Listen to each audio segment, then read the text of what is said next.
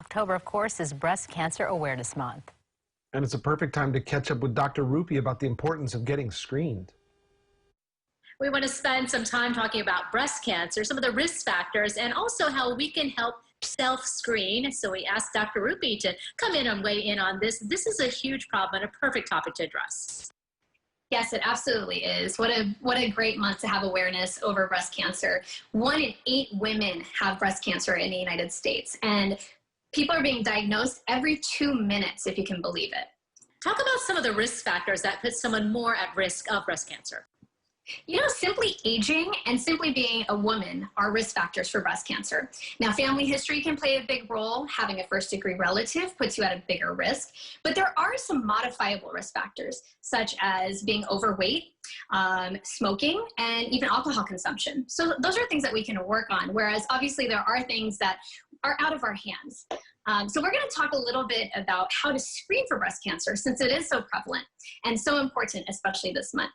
So I'm going to do a demonstration and I'm going to tell you a little bit about how to do your self-screening. Now, self-screening is just as important as a clinical exam done by your physician, as well as getting your annual mammogram. So make sure to talk to your doctor about what's right for you and at what age, especially over the age of 40. But you should know how to do this exam by the age of 20.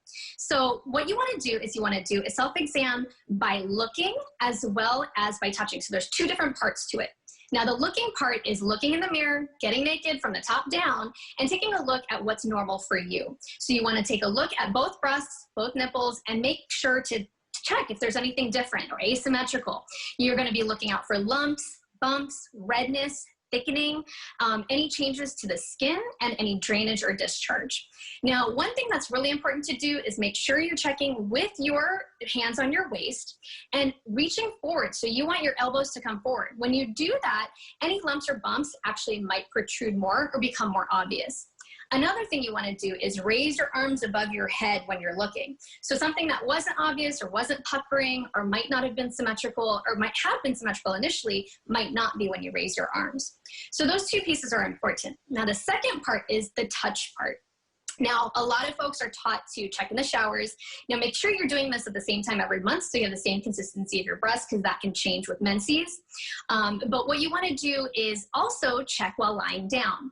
You take your 3 fingers, the fingertips, and in a circular motion, you move from either the outside of the breast in towards the nipple or from inside outwards. And you want to make sure that you're getting your armpit as well, because you do have breast tissue there. Now, what are you looking for? You're looking for any change in the texture or any change in the actual tissue. Now, what this means is you're looking for anything that feels like a pea or a marble or even a nut. So those are not normal, and you want to get it checked out immediately. Now, the more you do this, more regular you are, the more you get to know your body, and you will be able to tell if something is not right more quickly. And to be honest, the majority of folks are able to tell their doctors that they found something versus the doctors being able to find something on their own clinical exam. So you want to use this in association with getting your annual or your regular mammogram. For someone who wants to learn more about breast cancer or any other health issue, where should they go? So I'll be adding more information to my website, which is drrupy.com, as well as to my social media, which is that's dr.rupie. Thank you, as always, Dr. Rupy. We'll see you here next time.